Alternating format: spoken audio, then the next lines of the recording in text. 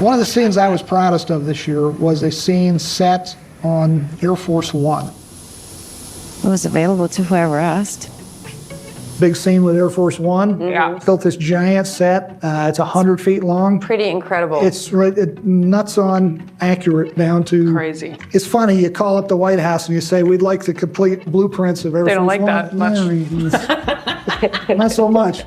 But there's so many photos.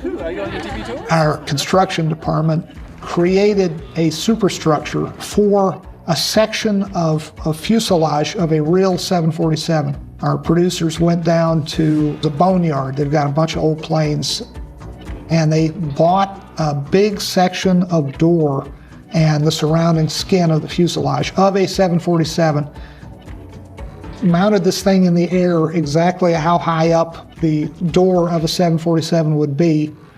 They surrounded it with green fabric. Hello! And then we shot this scene with people going in and out of this real door of a 747.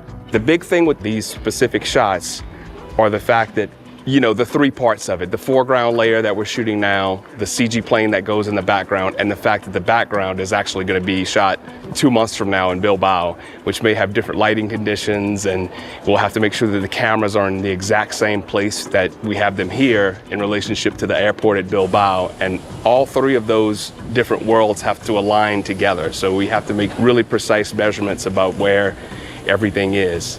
That's the outside of Air Force One. The inside was all created on a soundstage. They built this thing from scratch. Ready and action. Bonjour, enchanté. I am Kumba Diabate. This is all based on extensive research. We tweaked the colors a little bit. We did a lot of research, but we decided to go with like blue instead of all these browns that they usually have. And then we did do these stairs. We actually got this railing out of the 747 that we bought pieces of to build the exterior. And then we have our conference room. A lot happens in here. We manufactured these ourselves and then, built the walls, cut them in. These little foam cradles, also another real thing. All that woodwork is scenic finished. We wanted to get the perfect shine and sheen, and we found with stains we couldn't do that. You guys are, I'm telling you, I'm so impressed with the work you did.